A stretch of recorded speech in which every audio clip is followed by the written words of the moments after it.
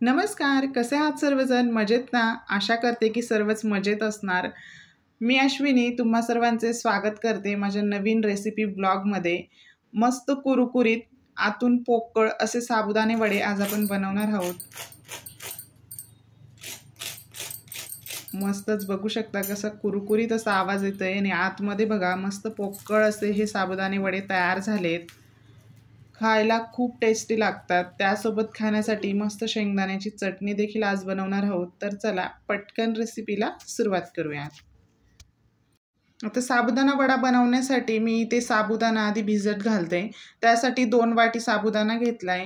तो स्वच्छ पाण्याने 2 वेळा धुवून घ्यायचा. साबुदाणा धुताना जास्त चोळायचा नाही, कारण त्याला भरपूर प्रमाणात स्टार्च असते. अगदी हलक्या हाताने व्हिडिओमध्ये दाखवते ह्या पद्धतीने चोळून 2 पाण्याने मी इथे साबुदाणा धुतलाय. आता ज्या वाटीने साबुदाणा मोजून घेतला त्याच वाटीने मोजून 2 वाटी पाणी घातले. मग आता हे झाकून रात्रभरासाठी साबुदाणा भिजवून घेऊयात. किंवा कमीत कमी 7 ते 8 तास आपल्याला हा साबुदाणा भिजवून घ्यायचा. अशा पद्धतीचा मोकळा आणि मस्त मऊसूत असा साबुदाणा भिजला गेलाय. हे बघा 2 बटाटे मी इथे उकडून त्याची वरचे साल काढून घेतले. आता त्यामध्ये हे बटाटे किसणीच्या मदतीने किसून त्यामध्ये घालून घ्यायचे. जेवढा साबुदाणा आहे तेवढेच बटाटे तुम्ही मोजून सुद्धा घेऊ शकतात. किंवा मग जर 1 पाव साबुदाणा असेल तर 1 पाव बटाटा असं प्रमाण घ्यायचं. आणि त्यामध्ये आता घालण्यासाठी एक छोटंसं वाटण तयार करायचं आहे. मी इथे हिरवी मिरची घेतली आहे. 3 ते 4 हिरव्या मिरच्या, अर्धा चमचा जिरे घालून हे मी इथे कुटून घेते. तुम्ही मिक्सरला सुद्धा फिरवून घेऊ शकता. हे बघा अशा प्रकारे भरडसर असे मी इथे हे कुटून घेतले. त्यानंतर यामध्ये 1 वाटी दाण्याचे कूट घालायचे. शेंगदाणे भाजून त्याचे वरचे साल काढून अशा पद्धतीने भरडसर असे वाटून घेतले व ते 1 वाटी दाण्याचे कूट घातले. चवीपुरते मीठ घालूयात आणि कोथिंबीर अगदी बारीक चिरून घेतली आहे ती यामध्ये टाकून घेते. सर्व जिन्नस मी इथे टाकून घेतले. आता हे सर्व व्यवस्थित एकजीव करून घ्यायचं. छान बटाटा आणि साबुदाणा त्यामध्ये व्यवस्थित मिक्स झाला पाहिजे. आणि यातले थोडेसे मिश्रण मी आधी काढून ठेवते. त्यानंतर आपण वाटून घेतलेलं मिरचीचं वाटण मी यामध्ये घालणार आहे, कारण माझा मुलगा तिखट खात नाही. त्याच्यामुळे त्याच्यासाठी थोडेसे आधी बाजूला काढून ठेवते. आणि त्यानंतर आता आपण हे कुटून घेतलेलं मिरचीचं वाटण यामध्ये घालूयात. तुम्हाला हवं तर तुम्ही यामध्ये लाल मिरची पावडरसुद्धा वापरू शकतात. आणि हां, बरेच जण उपवासाला कोथिंबीर खात नाही. तुम्ही खात नसणार तर नाही घातली तरी चालेल. आता हे वाटलेलं मिरचीचं आणि जिऱ्याचं वाटण मी यामध्ये टाकून घेतले. तर मी ते घातल्यानंतर व्यवस्थित मिश्रण एकजीव करून घेतले.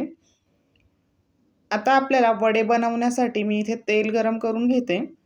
सोबतच कढईमध्ये तेल गरम करत ठेवले आणि आता एका बाजूला आपण वडे बनवायला घेऊयात.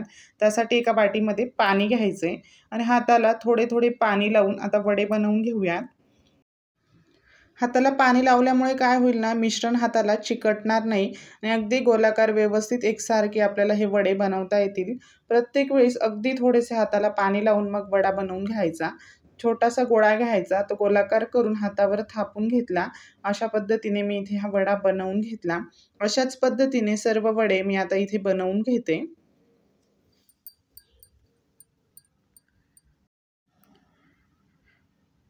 हे बघा हाताला थोडे पाणी लावून लिंबापेक्षा थोड्याशा मोठ्या आकाराचा मी इथे गोळा घेतला. गोलाकार करायचा, अशा पद्धतीने थोडासा चपटा करायचा आणि अशा पद्धतीने कडा त्याच्या व्यवस्थित एकसारख्या करून हे वडे मी इथे ह्याच पद्धतीने बनवून घेतले. आता सर्वात महत्त्वाची गोष्ट ती म्हणजे वडे तळण्याची. वडे तळणे खूप त्याला पेशन्स लागतात. त्यासाठी काय करायचे, सर्वात पहिली आणि महत्त्वाची टीप म्हणजे तेल छान कडकडीत गरम असावं. छान धूर निघेपर्यंत तेल आधी गरम करायचे. गॅस फुल ठेवायचा. फुल आचेवरच आता यामध्ये तेलात मावतील तेवढे वडे इथे टाकून घ्यायचे. एका वेळी 5 ते 6 वडे मी इथे टाकून घेतले. गॅसची फ्लेम सुरुवातीला वडे घातल्यानंतर सुद्धा 1 ते 1.5 मिनटं फुल ठेवा. त्यानंतर गॅस मीडियम करा. अगदीच कमी सुद्धा करायचं नाही. मीडियम फ्लेमवर आता हे वडे तळून घ्यायचे. जर तुम्ही जास्त गॅस कमी केला तर हे वडे तेल जास्त पितील आणि पाहिजे तसे कुरकुरीत असे हे वडे होणार नाहीत. आणि तेलात वडे सोडल्यानंतर लगेचच ते हलवायचे सुद्धा नाहीत. एक 2 ते 3 मिनिटांनी गॅस मीडियम केला की त्यानंतर एखाद मिनिटांनी हे बघा ते वडे एकमेकाला चिकटलेले असतात, तर अशा प्रकारे एखादा स्पून चमचा घ्यायचा आणि त्याच्या मदतीने ते मोकळे करून घ्यायचे व त्यानंतर आता एक एक वडा इथे उलटवून घ्यायचा। खालची बाजू थोडासा रंग इथे बदललेला दिसतोय आपल्याला वड्यांचा। त्यानंतर आता ही बघा अशा प्रकारे एक एक वडा मी इथे उलट करून घेते आणि त्यानंतर ही खालची बाजूसुद्धा व्यवस्थित तळून घ्यायची आहे। गॅसची फ्लेम मीडियम ठेवायची।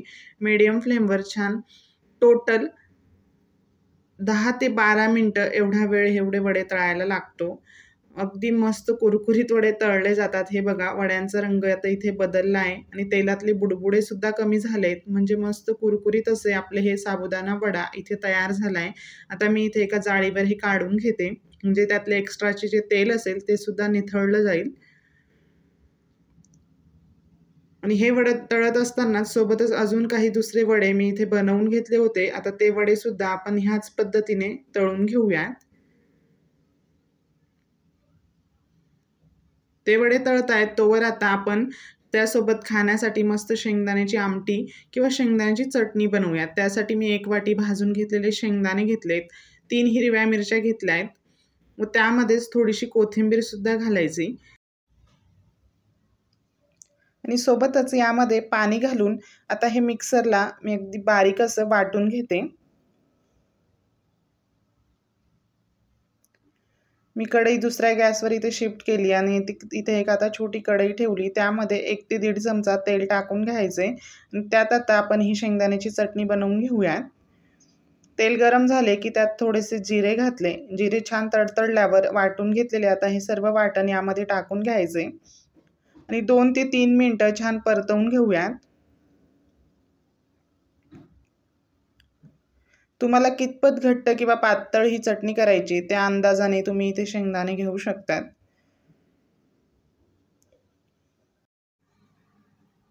मी इथे मिक्सरच्या भांड्यामध्येच थोडेसे पाणी घालून घेतले आणि ते त्या चटणीमध्ये टाकून घेते, म्हणजे मिक्सरच्या भांड्याला लागलेलं सर्व वाटण निघलं जाईल।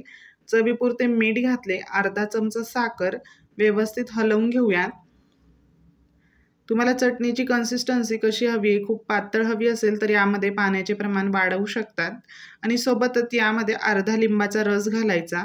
मस्त छान चटपटीत आंबट गोड तिखट चवीची ही शेंगदाण्याची चटणी साबुदाणा वड्यासोबत खायला खूप छान चटपटीत लागते आणि अगदी 1 ते 1.5 मिनिटं ही मी इथे उकळवून घेतली, लगेचच गॅस बंद करायचा। अशा पद्धतीची कन्सिस्टन्सी इथे चटणीची झाली आहे। अर्धा ग्लास इथे मी पाणी घातले आणि वडे सुद्धा बघू शकता अगदी छान असे तळले गेलेत।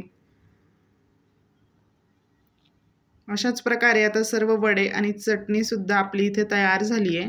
आता आपण सर्व करायला घेऊयात आणि हे बघा यामध्येच काही छोट्या आकाराचे जे वडे आहेत ते मी माझ्या मुलासाठी म्हणजे स्पार्कसाठी बनवून घेतले, म्हणजे ते ओळखायला होईल की कुठले तिखट वडे आहेत आणि कुठले कमी तिखट। आणि हे बघा अशा प्रकारे मी इथे ताट वाढून घेतले, त्यासोबत खाण्यासाठी मस्त लिंबाचे लोणचं घेतले। याची रेसिपी मी ऑलरेडी शेअर केली आहे, लिंक डिस्क्रिप्शन बॉक्समध्ये तुम्हाला मिळेल किंवा वरती आय बटनमध्ये सुद्धा मिळून जाईल। मस्तच कुरकुरीत टम्म असे फुगलेले आपले वडे तयार झालेत।